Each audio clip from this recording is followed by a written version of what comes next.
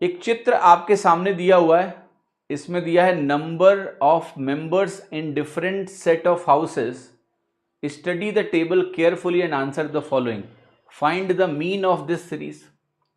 Mean निकालना है। देखो एक चीज कंफ्यूज मत होना, ये क्लास इंटरवल्स हैं एक तरह से। Can we arrange the cat first like we did for dogs? If you arrange cats first then आपकी, मैं ये नहीं कर रहा हूं कि हो नहीं जाएगा, हो जाएगा, तब भी हो जाएगा, ठीक है। लेकिन पहली बात तो क्या होगी कि दैट एल्गोरिथम, काउंटिंग कैसे होती है, अगर आपकी एल्गोरिथम करेक्ट है तो काउंटिंग सही हो जाएगी। और एल्गोरिथम कई तरीके से करेक्ट हो सकती है।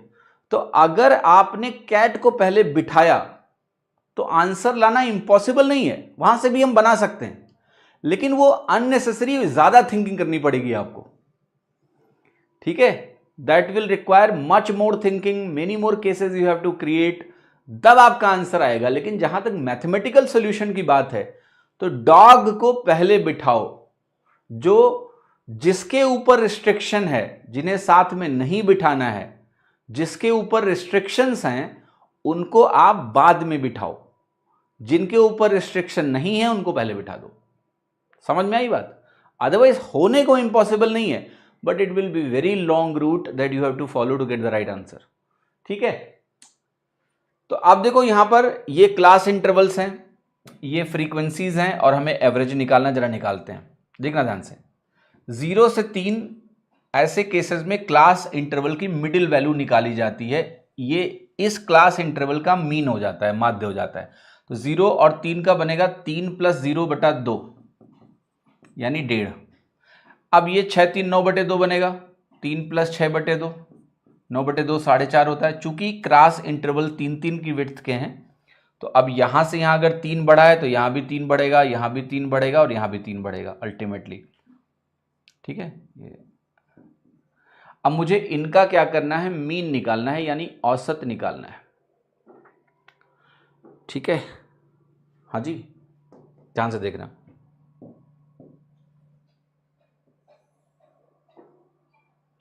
तो हम क्या करेंगे यहां पर, औसत निकाल, मीन का मतलब औसत है, कोई फंसना नहीं है। आप 7.5 को अपना एज्यूम्ड एवरेज मान लो। अगर मैंने इसको अपना एज्यूम्ड एवरेज माना और डेविएशन देखना शुरू किया, तो यहां डेविएशन आएगा -3, यहां डेविएशन आएगा -6, यहां आएगा +3, यहां आएगा +6। अब 7.5 के रेस्पेक्ट में अगर हमारा ये एज्यूम्ड एवरेज है, तो देखो -3 वाले 6 हैं क्वांटिटी में, +3 वाले 12 हैं, तो नेट इनसे क्या मिलेगा, +6 × 3 का डेविएशन मिल जाएगा।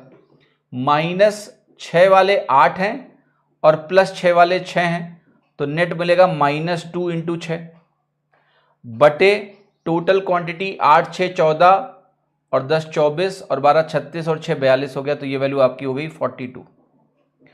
तो ये हो गया 7.5 + 18 - 12 बटे 42।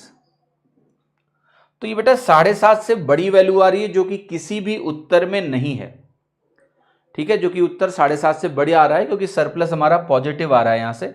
तो जो रियल आंसर आपका है वो क्या है, ये है 1/7, और 1/7 की वैल्यू अगर आप निकालोगे तो 0.1428 आती है, ठीक है कि नहीं? यस। तो if you want to write this value will be approximately 7.64 के आसपास वैल्यू आएगी, जो कि कहीं दिया नहीं है। तो all answers are incorrect here, the correct answer is 7.64 and you can directly observe it if you want. बहुत ही इजीली आप इस चीज को ऑब्जर्व कर सकते हैं, सिर्फ ये देख के कि 7.5 के रेस्पेक्ट में अगर फ्रीक्वेंसी आप देखो, तो इधर टोटल फ्रीक्वेंसी 12 6 18 है और इधर टोटल फ्रीक्वेंसी 8 6 14 है, तो इधर फ्रीक्वेंसी ज्यादा है। एंड इवन अगर आप थोड़ा सा बस देख लो डेविएशन के बारे में, तो डेविएशन पॉजिटिव है, ये आपको दिख जाएगा। डेविएशन पॉजिटिव है तो आंसर 7.5 से बड़ा ही आएगा, right. So none of the answers are correct. इसीलिए पता है बेटा, हमेशा लॉजिक को साथ में लेके जाओ। लॉजिक होने का लाभ क्या होता है कि कई बार एग्जाम में गलत क्वेश्चंस आते हैं, ये आपको मालूम है, आते हैं, प्रैक्टिकली आते हैं।